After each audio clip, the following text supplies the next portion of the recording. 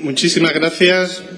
Buenas tardes. En primer lugar, muchísimas gracias a la Fundación Jiménez de Abad, a la Fundación de Víctimas del Terrorismo, al Instituto de Estudios Estratégicos y, por supuesto, al director de esta jornada, Federico Aznar, por darme la oportunidad, otro año más, de visitar esta jornada, de poder dirigirme a ustedes. Y también gracias a ustedes los que todavía aguantan a una hora tan difícil como la que estamos viviendo ahora mismo y después de un día tan intenso, ¿no? Voy a intentar, no lo voy a hacer, es decir, no lo voy a intentar, me voy a ceñir al tiempo escrupulosamente y además pues voy a intentar plantearles algunas reflexiones pues con el ánimo de alimentar el debate. Y además lo voy a hacer pues siguiendo la indicación que me planteó Federico Aznar en su momento, de centrarme dentro de este marco general de la geopolítica del terrorismo en aquel aspecto que en ocasiones se trata poco, pero que tiene una enorme influencia y capacidad explicativa para entender la evolución del fenómeno y que no se trata de manera muy habitual porque estamos hablando precisamente de la intersección entre el aspecto más oscuro de la política internacional y el terrorismo. Y estoy hablando de las relaciones que llevan a cabo algunos estados hacia el fenómeno terrorista, no desde el punto de vista de combatirlo, sino en este caso de sacar un cierto partido, de instrumentalizarlo y emplear este tipo de grupos, redes y actividades pues como un activo más de su política. Por lo tanto, mi perspectiva no es la visión del Estado en blanco y negro, es decir, Estados que patrocinan y favorecen directamente o Estados que combaten al fenómeno terrorista, sino me voy a centrar en esa zona gris donde la aproximación del Estado es bastante más compleja y que genera una serie de repercusiones pues, que es interesante analizar y comprender. En primer lugar, la primera mención que me gustaría realizar es al propio fenómeno de los terroristas o de los combatientes internacionales que tanta atención ha recibido a raíz del conflicto en Siria e Irak, pero que saben que históricamente es un fenómeno con muchos otros precedentes, que aunque las cifras son muy dispares, desde la yihad afgana contra los soviéticos en los 80 hasta el actual conflicto sirio, pues se pueden ver en la transparencia cómo los números han fluctuado mucho, pero tanto en un caso como en otro ha habido una intervención estatal que explica precisamente la viabilidad de algunos de esos movimientos de combatientes internacionales a estos escenarios. Piensen, por ejemplo, que en el caso de la yihad afgana, la primera, el propio Estado de Arabia Saudí pues, se comprometió a igualar cualquier ayuda económica que llevase a cabo Estados Unidos a los mujahidín o al pueblo afgano, como en paralelo llevó a cabo una política de billetes de avión gratuitos en una época donde un billete era un bien de lujo, pues para realizar ese viaje a Afganistán. Como desde ese momento también Pakistán pues sirvió como un refugio y una puerta de entrada a Afganistán, precisamente pues, por otra posición política sobre la necesidad de contrarrestar la posición soviética en este país.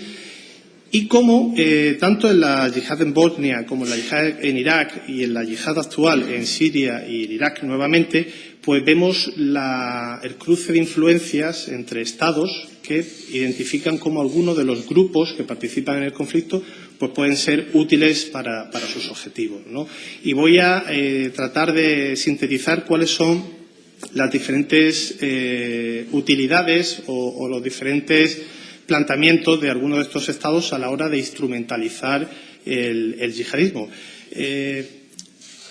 El fenómeno estatal siempre ha estado presente en el ámbito del terrorismo. Piensen que, por ejemplo, toda la oleada de terrorismo de extrema izquierda que tiene lugar en los años 60, 70, pues tenía una inspiración muy clara desde el punto de vista de la Unión Soviética, que los utilizaba estos grupos pues, como proxies, que eran útiles para generar fragmentación, para generar división dentro del ámbito occidental, pero incluso Aunque parece muy fácil de identificar que en el contexto de la Guerra Fría, pues los dos grandes bloques alimentan diferentes grupos que sirven para debilitar la posición del adversario, esa visión del terrorismo como un aliado útil en un determinado momento pues sigue presente a día de hoy, aunque en este caso los vínculos en ocasiones son bastante más difusos o necesariamente se tienen que mover en ese ámbito de la negación plausible, ¿no?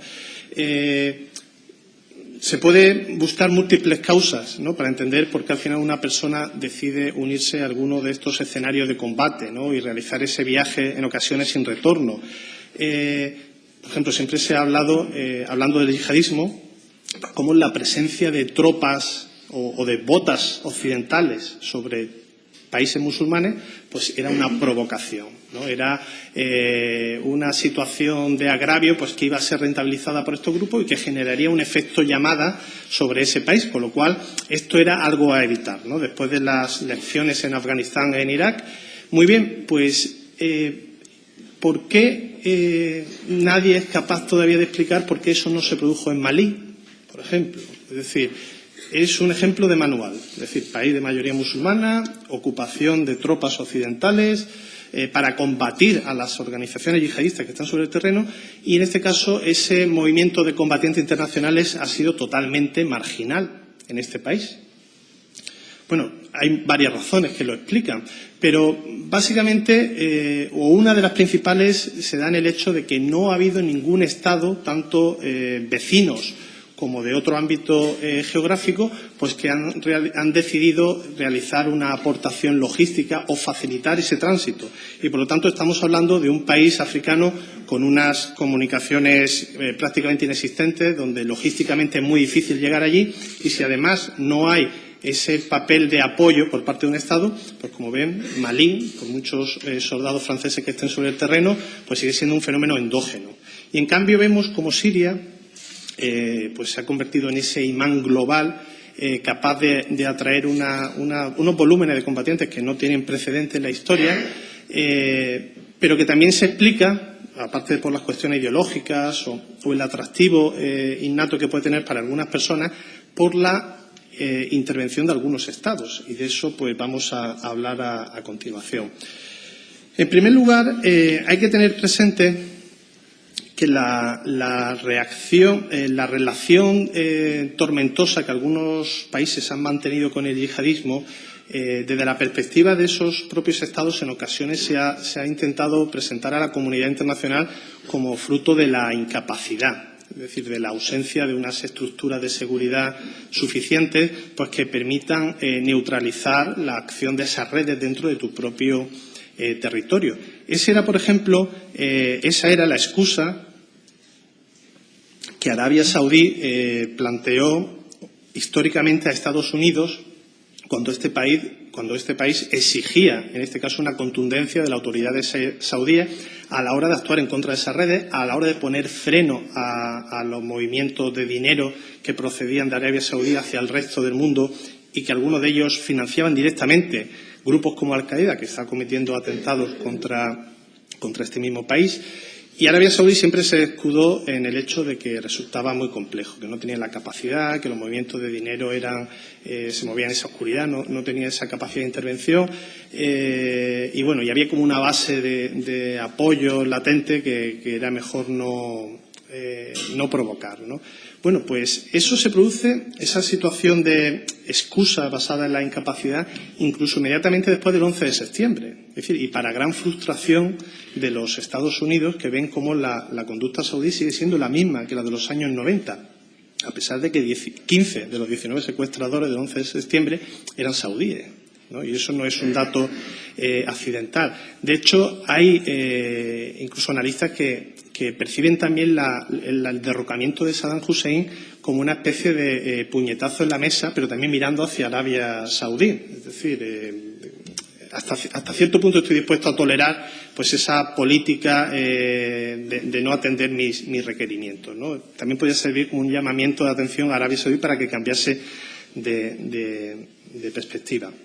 Sin embargo, lo que pasa en 2003 deja de manifiesto cómo la postura de Arabia Saudí tenía mucho más de excusa que de realidad, porque en 2003 Al-Qaeda en la península arábica, que es una extensión territorial de Al-Qaeda central, cambia de orientación estratégica y decide protagonizar una serie de atentados dentro del reino y contra objetivos gubernamentales. Y a partir de ese momento se pone en marcha todo el aparato de represión del Estado hasta el punto de que en 1 año y medio Al-Qaeda de la península arábiga ha desaparecido. Ha quedado totalmente erradicada, es decir, en una cantidad de tiempo récord, ¿no? Con lo cual, ahí uno puede encontrar una primera muestra de cómo en ocasiones las justificaciones de por qué no ser más contundente no siempre son sinceras. Pensemos, por ejemplo, que toda la respuesta internacional que impulsa a Estados Unidos después de los atentados del 11 de septiembre, donde pone en marcha una colosal maquinaria, no solo en términos militares, sino también de apoyo económico y diplomático a los que están dispuestos a sumarse a esa guerra contra el terrorismo, que en ese momento se llamaba así, pues esto genera un efecto paradójico. Es decir, esa respuesta termina diezmando las redes internacionales del terrorismo yihadista, particularmente de Al-Qaeda, le lleva a Al-Qaeda a perder ese santuario afgano del cual había disfrutado, supone en este caso un proceso de persecución contra el hombre como antes no se había conocido. Pero también genera un efecto paradójico en algunos estados que encuentran que convertirse en un aliado clave de Estados Unidos luchando contra el terrorismo, pues genera muchos beneficios. Beneficios en términos económicos, beneficios en términos de transferencia militar y beneficios en términos de legitimación doméstica.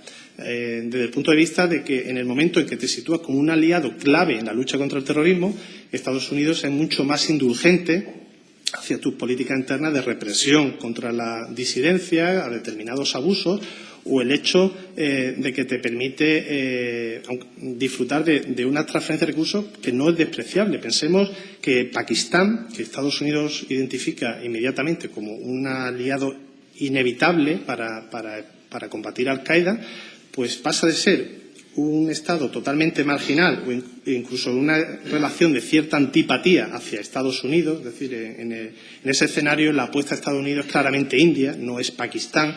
Pero a partir de ese momento Pakistán se convierte en un aliado estratégico y en uno de los principales, en el segundo receptor mundial de ayuda militar de Estados Unidos en muy poco tiempo, de no ser nada a convertirse en un auténtico privilegiado, ¿no? Y esa situación es paradójica porque, como les comento, hay muchos analistas que han terminado acusando a Pakistán precisamente de mantener esa dualidad al mismo tiempo, es decir, de ser un aliado a la hora de combatir, llevar a cabo detenciones, desarticular las redes de Al-Qaeda y al mismo tiempo no acabar con el fenómeno totalmente. Porque la pregunta que siempre se planteaba es, bueno, ¿y si Osama Bin Laden al final resulta detenido o muerto?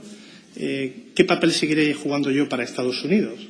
Bueno, pues a lo mejor dejo de ser tan importante como he sido hasta ahora. A lo mejor ya no tiene tanto interés en esa transferencia militar o económica.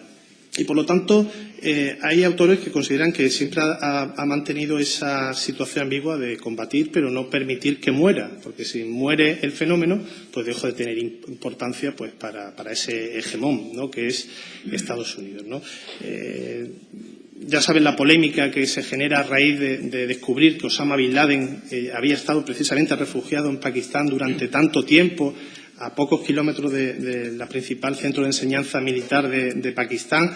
Y es perfectamente viable la hipótesis de que en un Estado que no es unitario, es decir, que al mismo tiempo conviven varios grupos de poder dentro del propio Estado con perspectivas diferentes sobre el asunto, pues el propio líder de Al-Qaeda haya estado amparado por sectores del aparato de inteligencia pakistaní Pues porque es rentable, porque es útil para otra serie de objetivos específicos de Pakistán y que tienen que ver pues, con la necesidad de tener una zona de influencia en Afganistán, pero también tienen que ver con el hecho de no perder relevancia en ese conflicto eterno hacia la India, ¿no? Es decir, que no volvamos a ser un país marginal frente a Estados Unidos a la hora de situarnos frente a nuestro gran enemigo, que es la India. No es el terrorismo yihadista, no es los talibán. Es decir, lo que obsesiona a un general pakistaní es la India, sin duda. Es decir, esa es la amenaza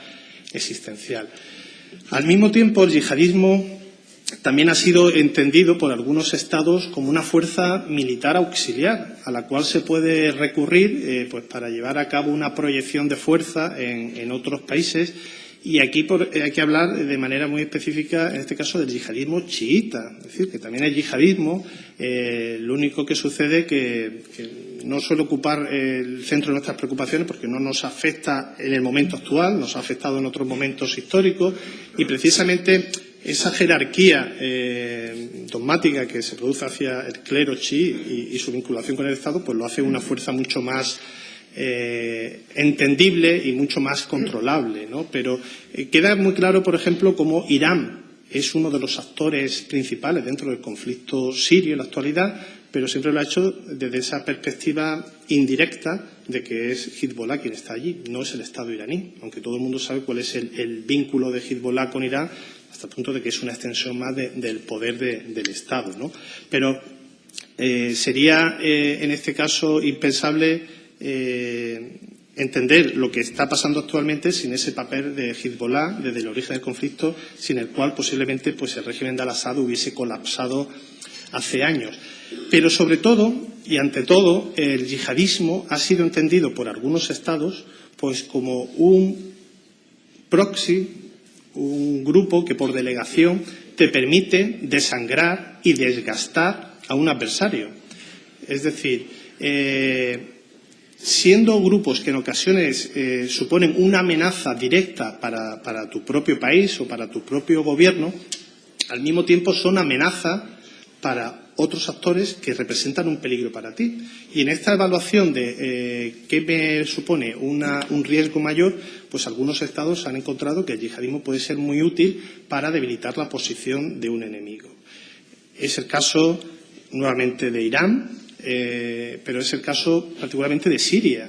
Siria, que contempló como la invasión de Irak en el 2003 por parte de Estados Unidos, pues era un precedente muy peligroso. Es decir, es tener en tus fronteras a un país que te ha situado dentro de ese eje del mal, de países que hay que sacar de la circulación para transformar la situación de seguridad y que entiende perfectamente que en la medida en que Estados Unidos triunfe en Irak, pues va a ir redirigiendo su atención hacia otros puntos, particularmente lo que le coge más cerca, que es Siria.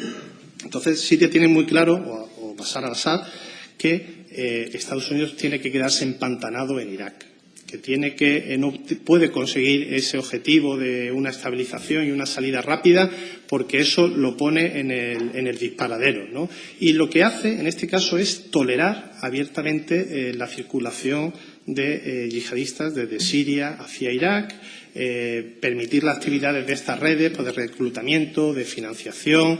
Las redes yihadistas están perfectamente permeadas por los servicios de inteligencia sirios. En ocasiones se vacían las cárceles para que haya mano de obra en esos flujos.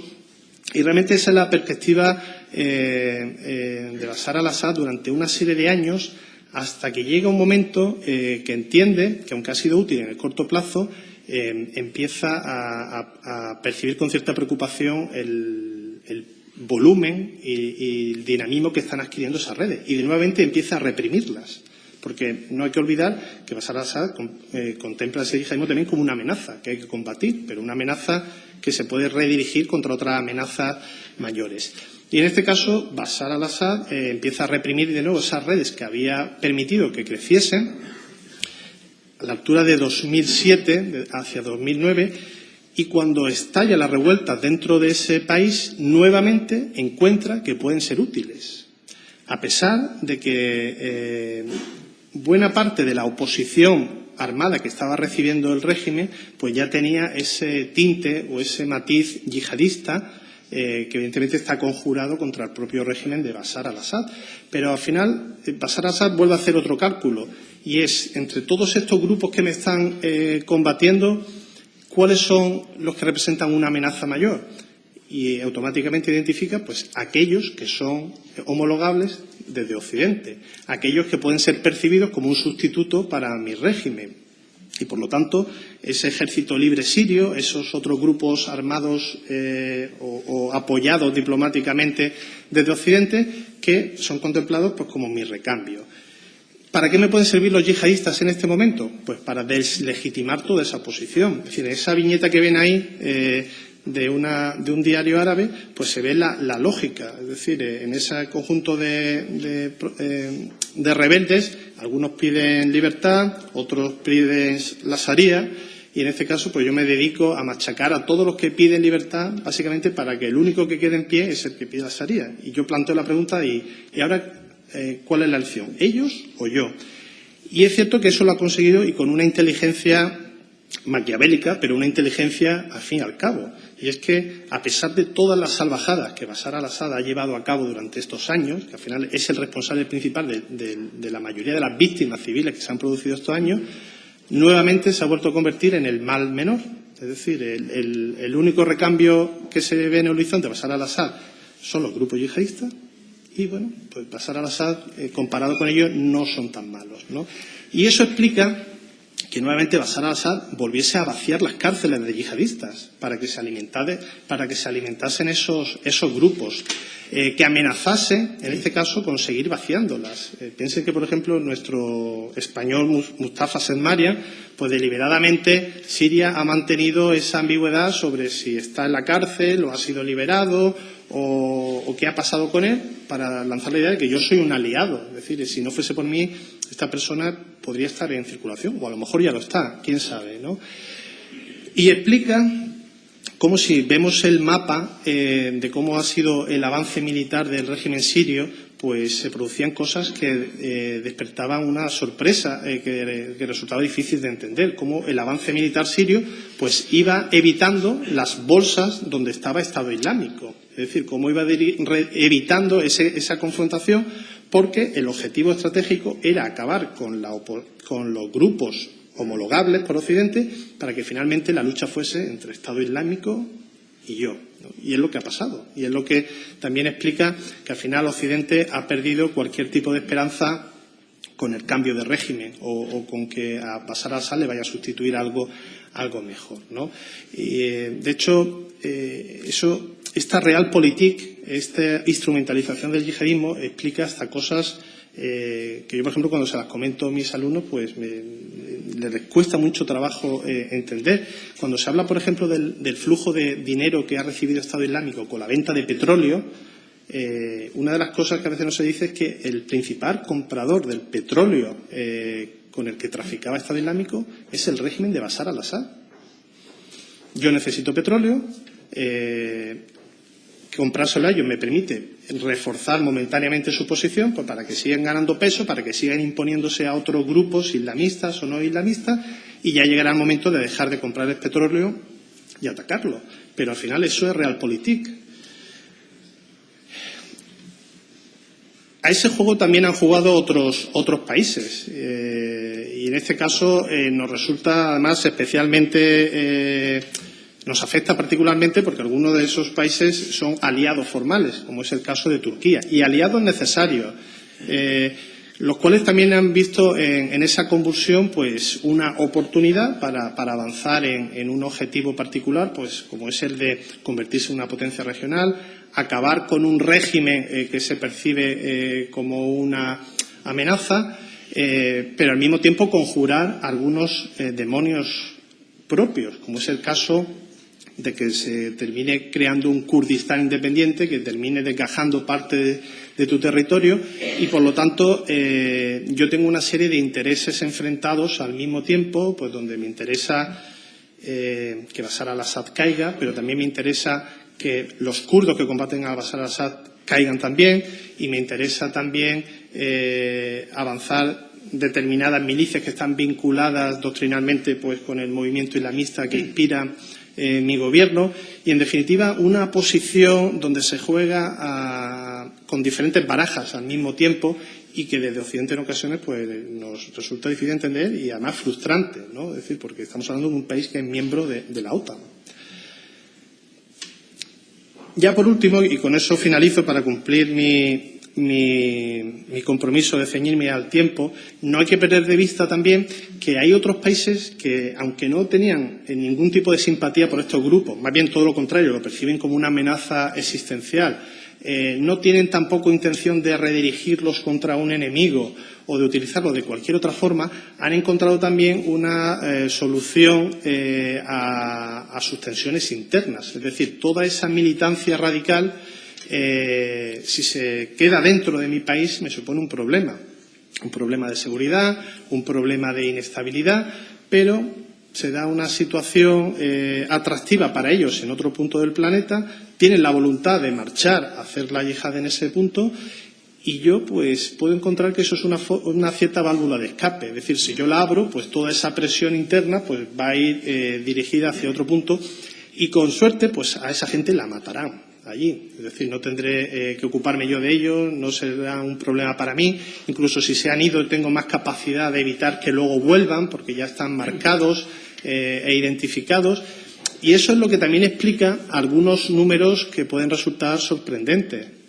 Como hay países que ante ese dilema de reprimir a mis radicales o abrirles la puerta para que se vayan, pues optan por abrirles la puerta, ¿no? Y hay alguna información incluso que hablan pues de autobuses y medios puestos a disposición por parte del Estado pues para facilitar ese flujo. Pensemos, por ejemplo, el caso de Túnez, ¿no? Que arroja unos porcentajes por habitante inédito en otros puntos, sin ser un país que previamente hubiese sido identificado como un semillero de ese radicalismo. Pero hay autores que consideran que Túnez jugó esa carta de válvula de escape. Estamos en un momento de debilidad absoluta tras la primavera árabe. Si esta gente termina marchándose a otro problema, pues un problema menos del cual tengo que ocuparme. Evidentemente se piensa en términos domésticos, no del problema que está generando al que le está llegando todo ese flujo, o del efecto boomerang que también se producirá. Pero evidentemente no hay que perder de vista también pues cómo toda esta conflictividad internacional pues siempre tiene una lógica interna, una lógica internacional al mismo tiempo y que, y con eso ya finalizo, lo importante es entender que la relación de los Estados hacia el terrorismo no siempre es blanca o es negra, sino que admite una amplísima gama de grises que es necesario entender, sobre todo para no llevar a cabo políticas erráticas, ¿no? A la hora de relacionarlos con alguno de estos Estados. Así que, sin más, muchísimas gracias y encantado de recibir sus preguntas en el coloquio. Muchas gracias.